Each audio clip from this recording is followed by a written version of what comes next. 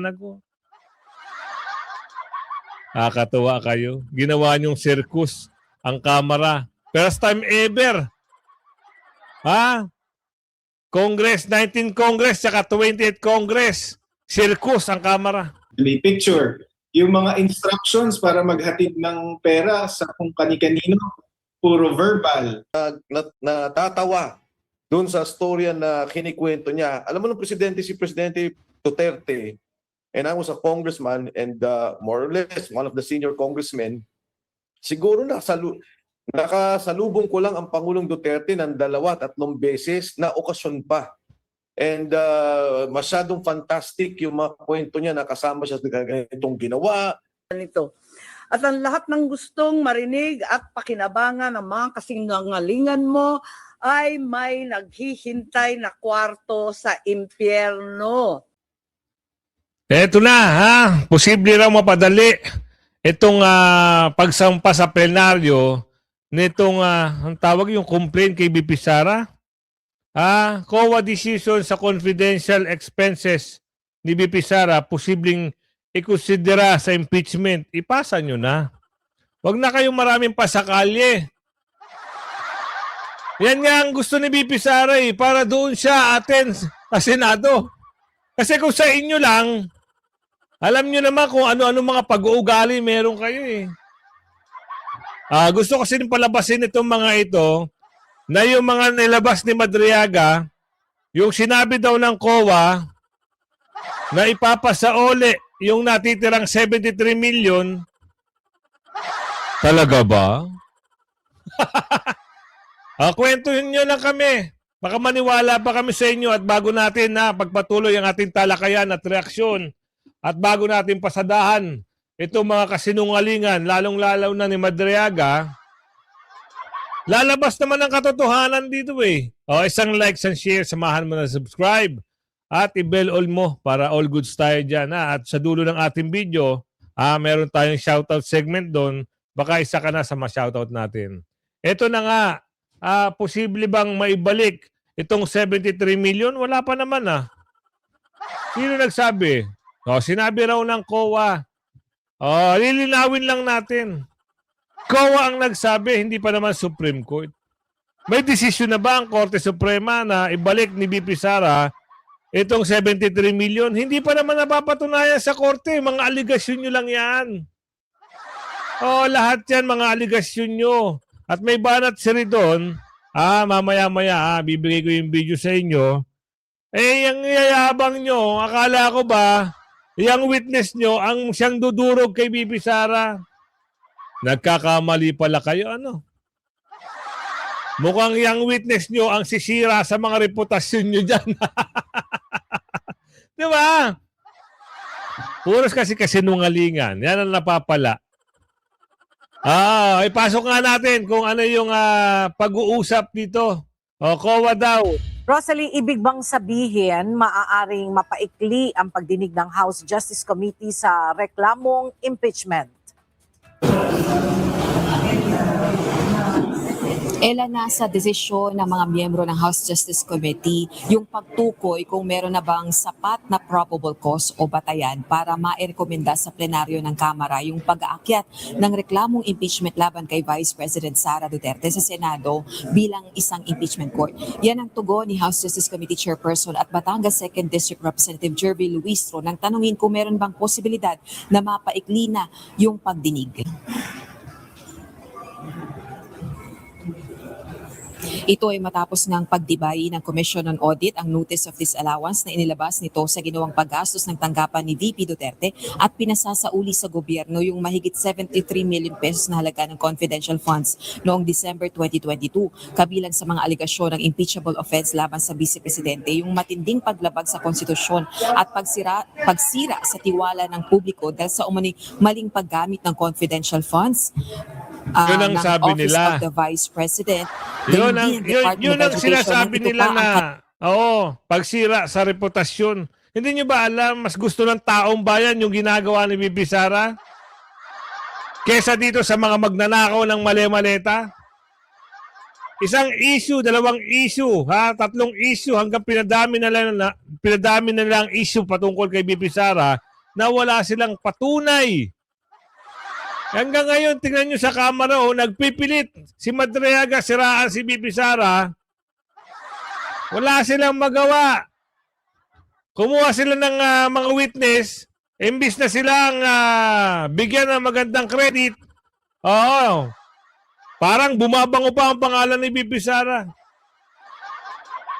Galingan lang nila magsinungaling ano. Ay nababack to you sila eh. Nakakaawa itong mga ito. O tuloy. Lihim ng kagawaran. Pakinggan natin ang pahayag ni House Committee on Justice Chairperson, Representative Jervy Luistro. The determination of probable cause will depend on the exclusive judgment of the justice members, no? But of course, considering the denial of the appeal dito sa 73 million and the issuance of the notice of disallowance dito sa first, second, and third quarter ng 2023 ng OVP Confidential Fund, there is a possibility that this will be considered by the justice members to say that there is probable cause already. O di okay, iakit nyo na. Kung talagang nakikita nyo na palang, yan ang dahilan para mapabilis at may akit niya sa plenary at maging impeachment sa Senado na sasagutin ni BP Sara. Pero ito ang question. Ito yung tanong ng nakararami. Bakit ba yung confidential ni BP Sara lang ang nakita nyo? Pwede bang halungkatin din yung mga confidential na mga amo nyo? Kasi doon kayo nakatutok, doon kayo nakatuon sa isang tao. Hindi nga kayo umabante sa confidential na yan eh. Kahit mag-imbita pa kayo ng napakarami yung testigo ko, no?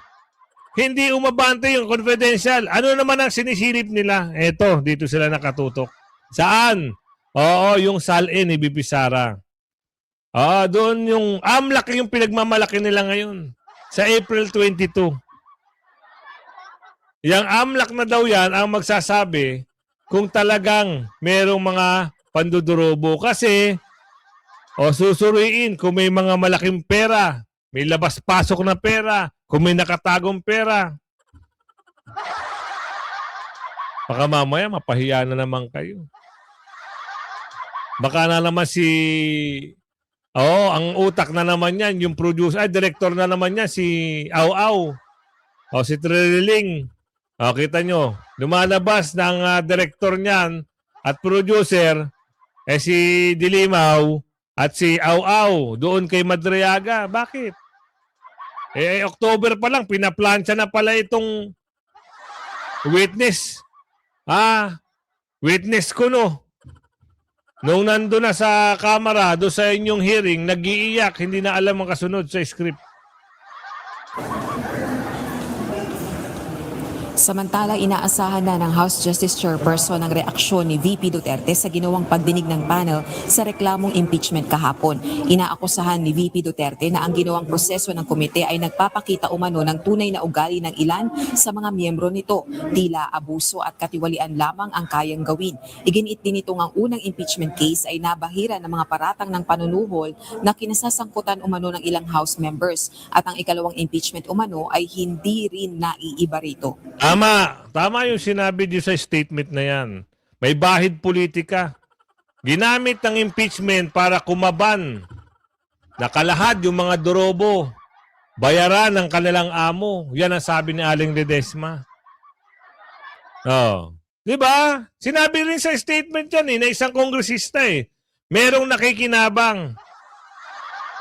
Alamin nga natin itong banat na naman ni Mr. Koke, ni Mr. Bean, patungkol dito, kay Madriaga.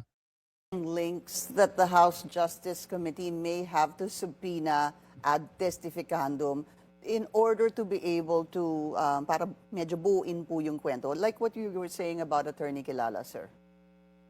Well, syempre at the level naman po ng committee is just the determination of probable cause. So, kung masapatan na kami, for example, na even without further testimonies from other personalities, yung issue relating to the misuse of confidential funds is already sufficient enough, no? We don't need to get further. Sufficient enough daw. O di meron na kayong chance na itaas nyo na sa Senado. Bilisan nyo naman kasi matatapos na yung 60 days nyo. Binibigyan lang kayo ng 60 days para tapusin niyang pagkakakalap nyo ng ebidensya kuno. Eh, pag umabot kayo sa 60 days, lahat ng paghihirap nyo, di ba, malaki naman daw ang problema eh. Malaki naman daw ang pera. Malaki naman daw ang naitulong nila para maimbestigahan kung sino ang dapat na panago. Nakakatuwa kayo. Ginawa niyong circus ang Kamara. First time ever. Congress, 19 Congress, saka 28 Congress. Circus ang Kamara.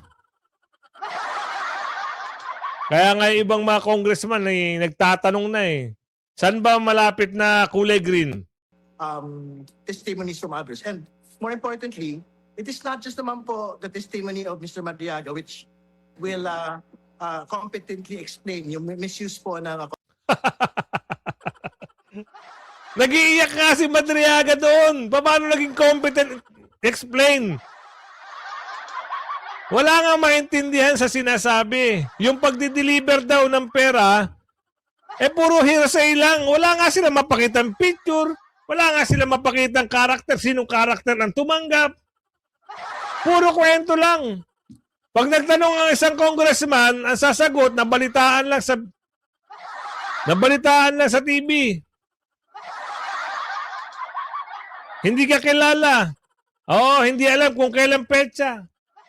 Tumanggap daw ng pera kay Tatay Digong. Biruin nyo, tumanggap siya ng pera, 25 million. Kuno, bumili ng ganito, bumili ng ganito, bumili ng ganito, bumili ng ganito. Magkano natirang pera? Sasabihin nyo 25 million. Gusto mo computein natin para magkaalaman tayo?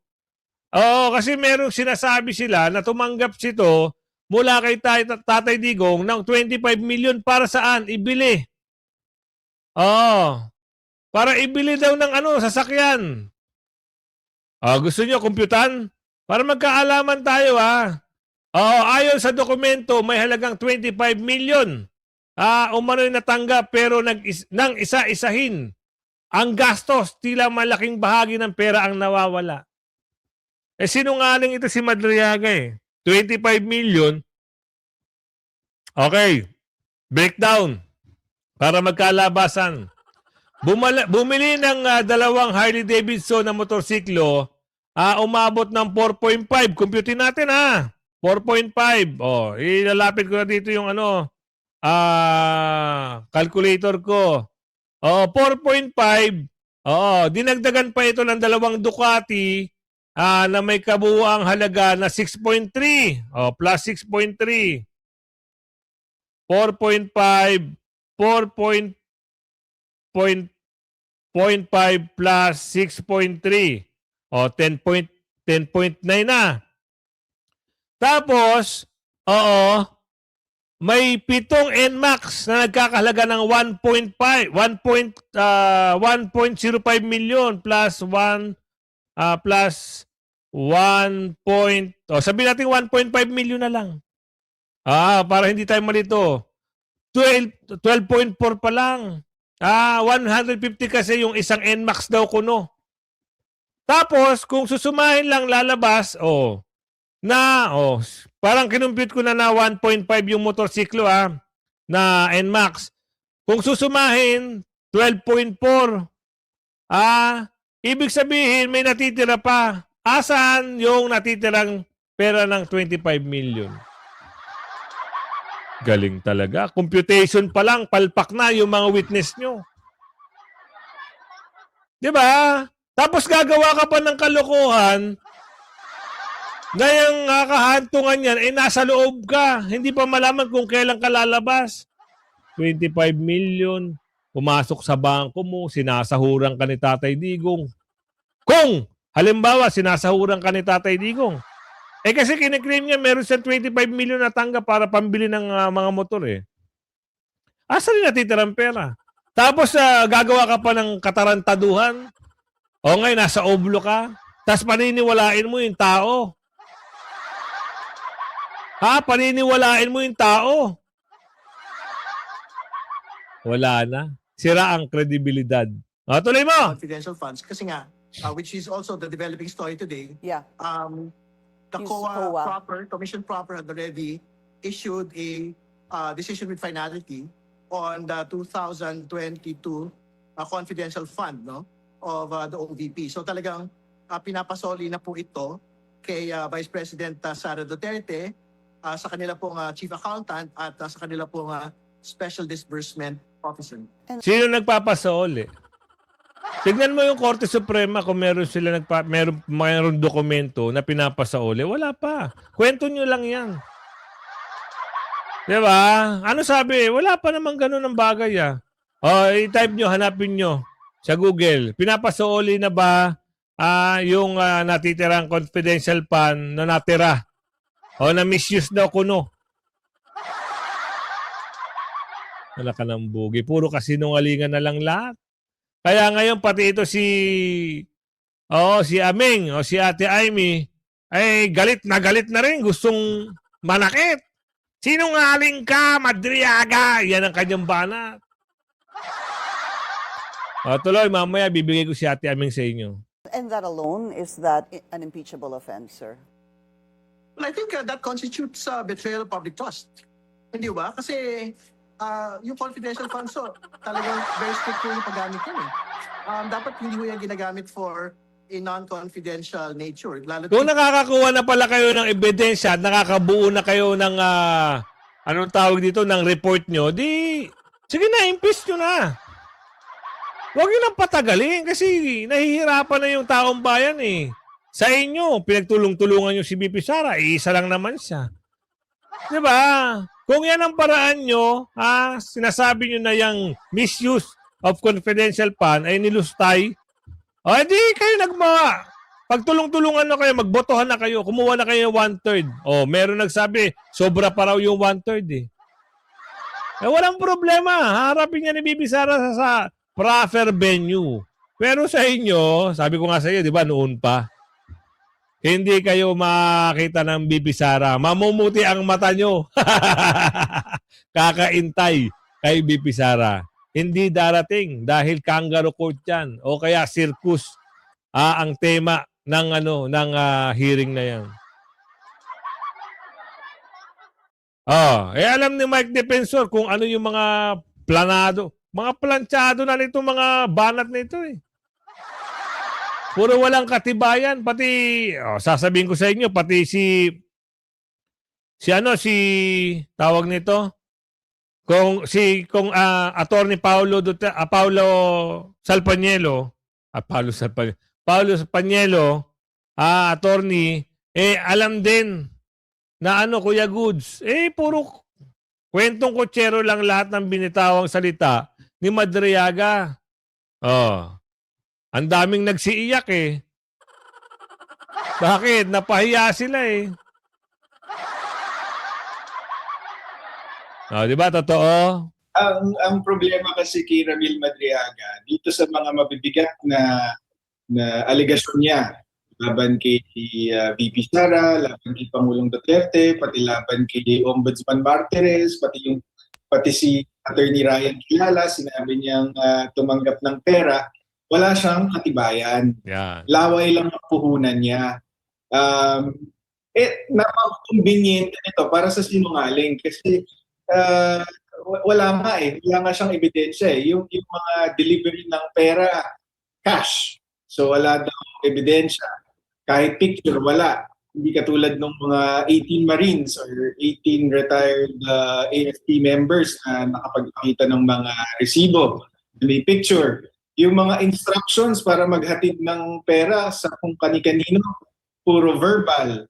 O kaya di naman over the phone na hindi rin ma-verify kasi prepaid ang gamit. So, yun ang problema sa kanya eh. Wala siyang katibayan talaga. Puro gawa-gawang kwento lang.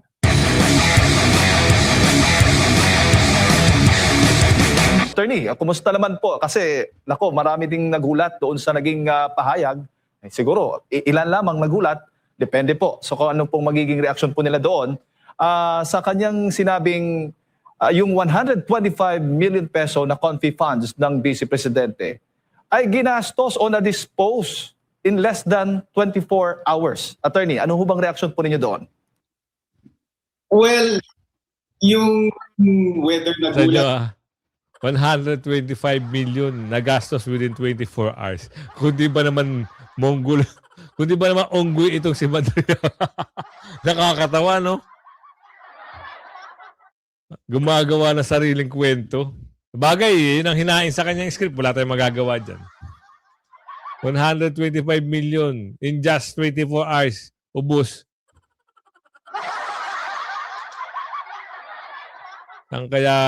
Sino kaya nag-isip ng script nila, no? Talay! or hindi, inaasahan namin na kahit anong sabihin niya, kasinungalingan. So, dun sa bandang yon hindi kami nagulat. Nagulat kami dun sa mga iba niyang sinabi dahil out of this world, hindi ka panipaniwala. Tungkol naman dun sa 125 million na confidential funds na disperse niya daw ng isang araw lang, 1 million % kasinungalingan ito kasi never naman siyang naging involved sa pag-handle nitong confidential funds. Wala siyang kinalaman kay VP Sara. Wala siyang kinalaman kay VP Sara. At so, ibig sabihin, walang katotohanan yung sinasabi niya tungkol dito sa confidential funds. Opo. Kung hindi po si Ramil Madriaga, kahit sino man, sa ilalim po ng ating batas, po pwede ho bang ganun, i-dispose mo yung ganun kalaki pong halaga ng pera, attorney? May mga patakaran yan, Jade. Ang makakasagot niyan ng mas maganda ay sila Attorney Poa dahil mas sakop yan ng impeachment defense team.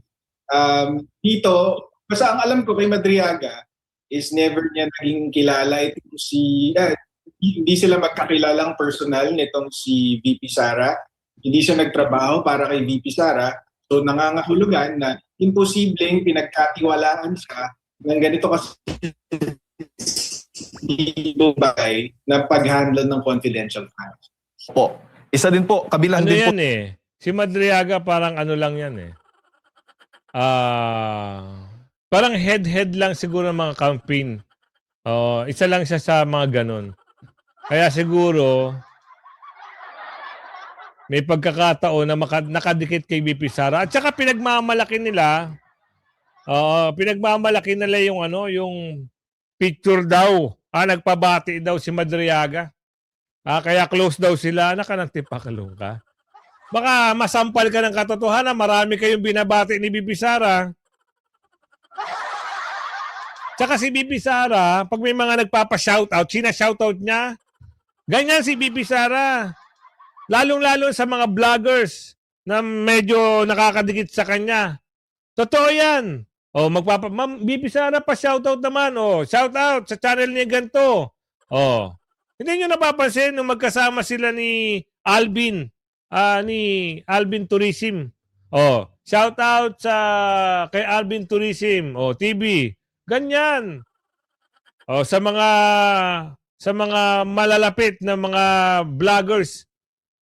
Iba't ibang mukha yan. Baka naman sampal sa'yo yan, Madriaga. Ikaw lang ba ang love ni VP Sara? Hindi ka love. Hindi ka love ni VP Sara. Ginamit mo lang ang kapangyarihan ng mga Duterte. Nakakakwentuhan mo kami. Binigyan ka ng 25 million ni Tatay Digong. Napakaswerte mo naman. Sino ka? Anak ng tipaklong. Ikaw na ba yung anak ka na ba ni Tatay Digong para bigyan ka ng 25 million? Bumili ka ng motor para daw kay VP Sara tapos ikaw gagamit. Anong kwento yun? Ito si Madriaga talaga. Masusupalpal ka dito. Baka makita mo yung babalasa ka dito ni Congressman Mike Defensor. O, ipasok natin para magkaintindihan tayo. Sir, pareact muna dun sa nangyari kaninang umaga at ngayong hapon doon sa Justice Committee hearings. Before we go into anything else, it's the most urgent story today, yung appearance po ni Ramil Madriaga. Well, una sa lahat, actually hindi ko na pinanood din. I just saw the snippets of yung umiiyak si Madriaga. Pero nabasa ko yung affidavit. At ako nagugulat talaga dahil ako naging congressman, nakasama ko si Diong first term nung 11 Congress at nung presidente siya, nandyan ako sa Kongreso. Ito Kasi itong si Madriaga, yabang-yabangan, masyado ata madikit. Binigyan ng ganito, binigyan ng kung ano-ano, pinagkakatiwalaan daw. Anak ka ng tipaklo. Ito mismo nagpapatunay, congressman siya. Hindi nga siya makalapit kay Tatay Digong. Piling-piling tao lang.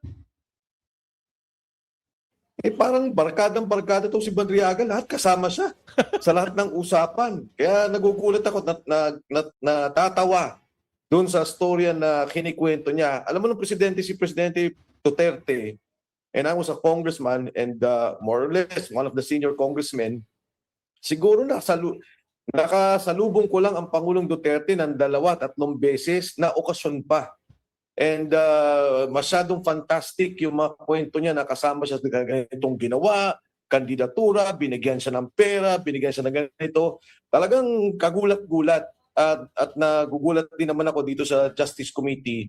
Bakit pa nila pinayagan yung ganitong mga pagkikwento o yung ganitong paglalabas ng kwento na walang kabase-basehan? Tanungin niyo lahat ng congressmen, tanungin niyo lahat ng mga nakasama ni Digong na nandyan, maging yung speaker. Hindi ganyan yung naging relasyon kay Pangulong Duterte. Tapos siya parang anak, parating katabi, parating kasama sa lahat ng usapan. Yun ang kagulat-gulat para sa akin. Pero sir, di ba nung panahon ni Digong... Sabi nung total denial kasi si Vice President na hindi niya nakilala, hindi niya na-meet yan. Ito na naman si Boy Tartar, bumanat na naman. Ito na naman, Ang ganda-ganda ng kwento ni former Congressman na Defensor. Sobrang denial na naman si Bibi Sara. Wala naman si Bibi Sara doon Hindi nga sila hinarap. Ito naman, pasok ka ng pasok, sablay naman Paano yung mga pinakita niyang mga video, mga pictures na magkasama sila? No, paano total yung denial? Kampanyahan yun. Ito naman, masyado ka namang ambisyoso rin Kampanyahan yun, natural. Isa sa campaign na ni BP Sara. Natural, may pagkakataon na magkasama sila. Kahit ikaw naman kakampanya ka, kailangan mo dumikit sa mga taong gusto ring dumikit sa'yo. Wala kang pwedeng piliin. Basta kung andyan sila, kailangan pakisamahan mo. Pakahina mo naman sa mat din President, hindi niya kilala kasama yan. Pero kung may papakita na maraming mga pagsasama sila, medyo puntos yun labang kay Vice President. Well, para sa akin kasi, Sek, alam mo, kumampanya si Pinoy. Kami kandidato sa Kongreso. Kandidato ko sa syudad ng Quezon City. Pagka may lumabas na tao, sinabi kaibigan niya ako, kasama niya ako, immediately sasabi ko, hindi ko yan kilala. Tapos paglalabas ng picture, yung pala, nasalubong mo sa kampanya, nasalubong mo sa isang okasyon, nagpa-picture sa'yo. So, hindi siya pwedeng maging batayan na lalo't kami, mga politiko, o lalo kami na nasa forefront ng mga ganyang mga pagkakampanya, pakikisalamuha sa tao. So, ang bigat naman yun. Siguro, ang mabigat kasi sa kwento ni Madriaga, fantastic yung kwento niya. Binigyan siya ng 25 million, pambili ng motor, daang-daang milyon. Kinukuha niya, hinahapot niya, pagkatapos yun pala, nag-kidnap siya. Yun ang sinasabi natin. Doon pa lang sa istorya na ito, malalaman mo na kung ano yung ugali ng tao. Kung nagsasabi ba siya ng totoo, o nilatagan siya ng kwento, nilatagan siya ng script, at ipapamuka na ganito raw ang utos ni Tatay Digong. Anak ka ng bugi ka. Kahit siguro grade 13, grade 14, o grade 12, alam yung mga kasinungalingan ni Madriaga. Kaya nagigil si Ate Aming. Gusto niyo ba? Alam ko marami ng rito marami ng nakapanood Pero kahit pa man, sige, pagpapatuloy natin. Sinungaling ka, Madriaga. Aray. At hindi ako papayag na gamitin mo at ng mga kasamahan mo ang oras, ang espasyo, ang dignidad ng kahit na anong opisina o sangay ng gobyerno. Isasalaysay ko ang mga pangyayari noong 2021, ang tunay na pagbuo ng unit team. Nako, Thank you. yari ka Thank you ngayon. all for participating. Maraming salamat na narito kayong lahat. Ayan na ha. Totoong nangyari. Nabuo ang unit team. Kaya self-proclaim itong si Madriaga sa mga script na gawa-gawa na inihatag sa kanya para siraan itong mga Duterte. Pero may magpapatunay niyan. Mayroong lalabas at lalabas para ipagtanggol din. Kasi ito, sila naman talaga ang punot dulo para mabuo yung unit team. Diba? Kaya Madriaga, yung kwentong kotseryo mo at sarswelang imbentong mga statement ko, no? Ayan, sampal ka ngayon kay Ate Aming. Alam ko na recess tayo at hindi tayo araw-araw pinapapasok ngayon. Pero hindi naman 2 days a week. So, simulan na natin. Huyu, Madriaga. Sinungaling ka, Madriaga. Naku, hindi ko mabuo yung pangalan nito. At ang lahat ng gustong marinig at pakinabangan ng mga kasinungalingan mo ay may naghihintay na kwarto sa impyerno. Ako, bilang senador at kapatid ni Bonget, 10 ng mga tunay na nakakaalam ng pangyayari ay may moral na pananagutan na pabulaan at itama ang nakakasukan kasinungalingan ni Madriaga. Inuulit ko, sinungaling ka, Madriaga, at hindi ako papayag na gamitin mo at ng mga kasamahan mo ang oras, ang espasyo, ang dignidad ng kahit na anong opisina o sangay ng gobyerno. Isasalaysay ko ang mga pangyayari noong 2021, ang tunay na pagbuo ng unit team. Maraming nagtatanong, maraming naghahaka-haka, higit sa lahat, may nagsisinungaling diyan sa Kongreso. So unang-una, no such thing as yung mga term, ano ba yan? Paghahati ng term, ano ba yun? Sinabi na meron daw alyansa and magte-term sharing. Nako, talaga naman kasinungalingan yan. Okay, na next slide na tayo. Ang unang pagtitipon at pag-uusap tungkol sa Vice Presidency noong May 29, 2 days before the birthday of our VP then. Nag-lunch date kami sa Primus Bistro sa Davao. Naalala ko pa kasi bago Tapos, first time na nag-usap ng matagal-tagal si Bongbong at si Inday Sara. Tapos Ayan na. kami. Madriaga, saan pupulutin yung kasinungalingan mo? Eto na, lumabas na si Ate Aming. Eto, may date na May 29, 2021. Lunch date in this file photo, Davao City Mayor Sara Duterte had lunch with Senator Amy Marcos and Bong Marcos on May 29, 2021. Kaya yung lahat ng mga sinasabi mo, ito pinabubulaan na ni Ate Aming. Wala ka ng dignidad, sabi nga sa'yo, may kwarto ka daw doon. Pero hindi na natin pahabainan, At dito na tayo babati ulit sa ating mga kababayan at lagi kayong sasubaybay dahil paganda na ng paganda ang ating talakayan. Patindi na patindi ang bakbakan dito sa politika. Hindi pa man pumapasok ang 2027, wala pa tayo sa kalagitnaan ng 2026, mabigat na ho ang paninira at paratang nila kay BP Sara. Kaya huwag tayong titigil. Bardagulin natin kung sino yung mga sinungaling. Di ba? Ako hindi naman ako palamura. Pero gusto kong ipamukha sa kanila na kaya natin ipagtanggol kahit hindi tayo nagmumura. Gagawa tayo ng magre-research tayo kung ano yung mga dapat nating malaman tungkol doon sa mga taong gumagawa ng katarantaduhan dito kay BP Sara.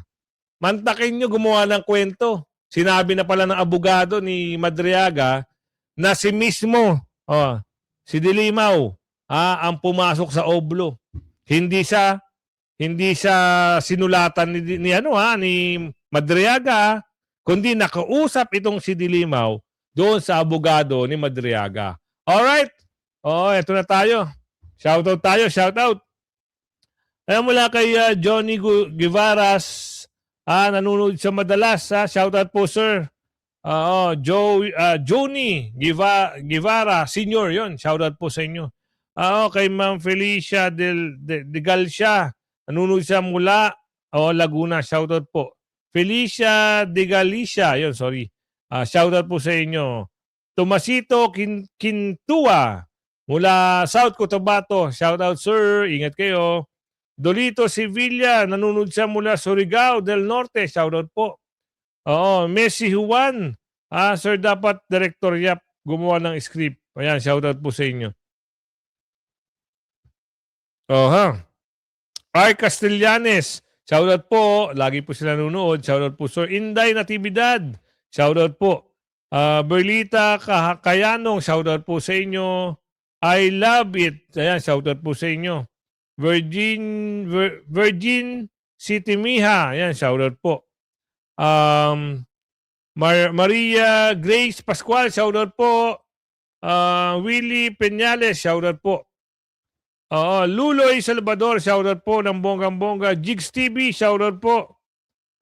Kay Neb Semog, shoutout po. Senaida Christensen, shoutout po. Sharon 12888, shoutout po sa inyo. LNT Maglaki.